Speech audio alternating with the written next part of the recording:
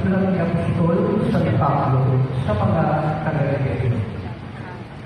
Mga kapatid, magpasalamat tayo sa Diyos at Ama ng ating Panginoong Jesucristo. Pinagkalooban niya tayo ng lahat ng pagpapala espiritual dahil sa ating pakikipag-isa kay Kristo. At sa ating ang pakikipag-isang ito, hinihiran na niya tayo bago panilihan ang sanlibutan upang maging banal at walang napuntasan sa harapan niya. Dahil sa pag-ibig ng Diyos, tayo kanyang itinalaga upang maging mga anak niya sa pamamagitan ni Jesucristo. Iyan ang kanyang layunin at kalooban.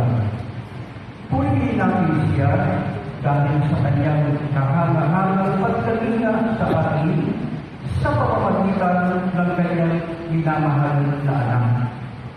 Kaya mula na kapalitaan mo ang tungkol sa inyong panalangin sa Panginoong Jesus at ang inyong pag-ibig sa lahat ng hirang, walang bumpay ang pasasalamat ko sa Diyos para sa iyo.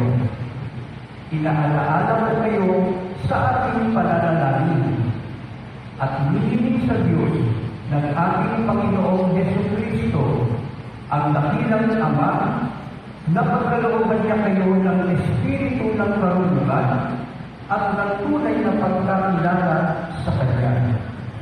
Nawayang wala ng Diyos ang inyong mga isip upang malaman ninyo ang ating inaasahan sa Kanyang pagkatawag sa atin.